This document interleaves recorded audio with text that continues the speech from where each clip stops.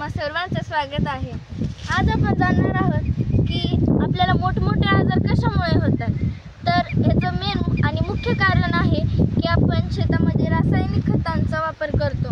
तर यामुळे आपल्या मातीला सवय झाली की रासायनिक खतांशिवाय पिकच येणार नाही असं होणार, कारण की सारखं रासायनिक खतांचा वापर करून ती मातीला सवय झाली आणि मातीचा जो कसदारपणा आहे तो सगळा ही आमची केशर आंब्याची बाग आहे आणि तिला आम्ही पूर्णपणे सेंद्रिय खतांचा वापर करून वाढवण्याचा प्रयत्न केलेला आहे।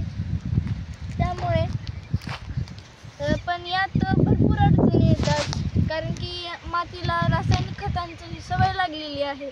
पण सेंद्रिय खतांमुळे हे खूप चांगलं होणार आहे की रासायनिक खतांमुळे आपल्याला कॅन्सरसारखे मोठमोठे आजार होतात। मग सेंद्रिय खतं वापरून आपल्याला हे आजार टाळणे खूप गरजेचे आहे आणि सेंद्रिय खतांकडे वळणं हे काळाची मोठी गरज झालेली आहे। धन्यवाद।